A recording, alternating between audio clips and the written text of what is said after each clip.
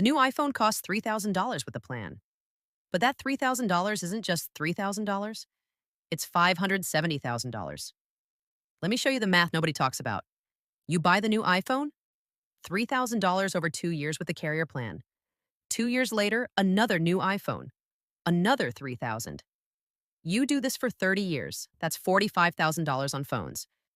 But here's what nobody tells you. If you bought a $600 phone that works perfectly and invested the difference, that $2,400 every 2 years becomes insane. $2,400 invested every 2 years at 8% return.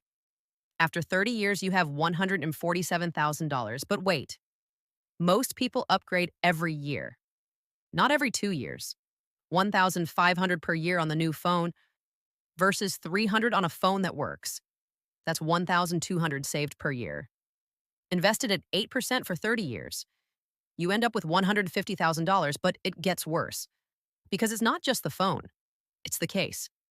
$60, the screen protector, $40, AppleCare, $200, the wireless charger, $80.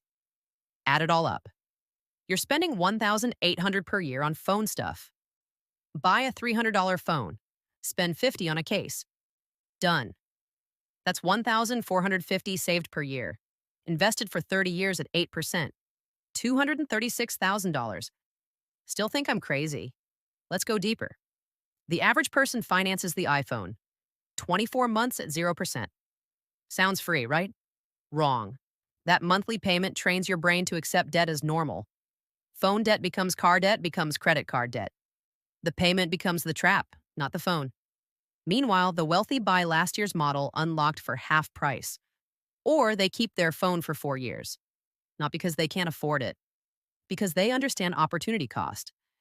Every dollar on status is a dollar not working for you. But here's the thing. I'm not saying don't buy an iPhone. I'm saying understand what you're trading. You're not buying a phone, you're buying 30 years of compound interest. And the difference isn't $3,000, it's $570,000. Because if you invested that $1,800 per year for 30 years at 8% and let it grow another 10 years at the same rate, $573,000. The iPhone trap isn't the device, it's the upgrade cycle. And the only way out is to see it for what it is, a choice between looking wealthy today and being wealthy tomorrow. If this changed how you see your phone, subscribe. I break down money traps with math, not judgment. See you in the next one.